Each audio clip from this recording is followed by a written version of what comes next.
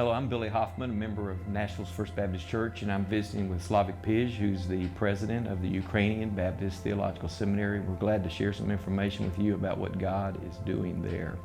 Tell me a little bit about your ministry, your call to ministry, your background, and your family, just to get us up to date. I serve as a president of Ukrainian Baptist Theological Seminary for the last 10 years.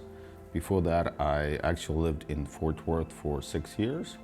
I did my PhD and moved back to Ukraine, and since that time I was experiencing God miracles in my life every year.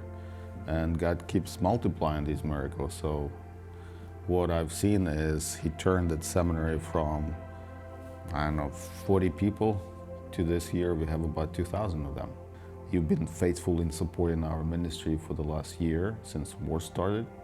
And all that support was driven to help people that we were engaging with at the seminary through care centers and things like that. How has God used the war to expand the outreach of the gospel? I think every crisis brings a lot of opportunities, and sadly, we had to have this crisis in order to have these opportunities that we have.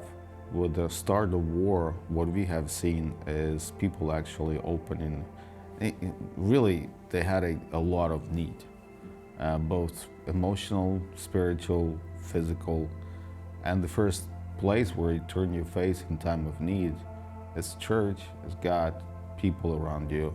And so what it did, it actually gave us as the church, as Christ followers, a lot of new opportunities to enter into people's lives, and they actually invited us there themselves, because they were searching for help. They were searching for meaning in a place where there is no meaning. And so I think with the help of other believers outside Ukraine, we've been able to actually use this opportunity in order to serve them both physically, emotionally, and spiritually. The other thing is that war is not an event for us, it's a process. So we've been under war for the last year, and nobody knows when it's going to be over. And so you cannot really kind of, as I say, pace yourself or plan for specific time. You have to be Christian every day. And the thing that actually makes you different than others, you have to have hope, trust, and kindness. Because in time of war, the first thing that you run away from, that runs away from you, is probably hope. Then trust is gone, and kindness is a very scary thing to find.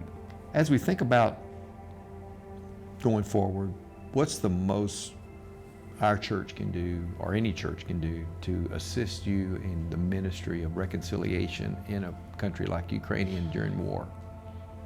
I think in this time specifically, I don't think that a lot of people's involvement is possible, just because of danger.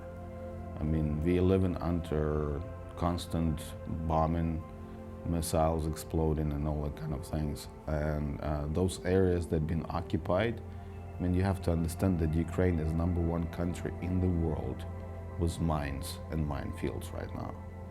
So if you're not walking on the paved road in areas that have been occupied by Russians, you are running the danger of killing yourself. And so I think that in this particular time, the most help that you can do for us is to pray and support financially.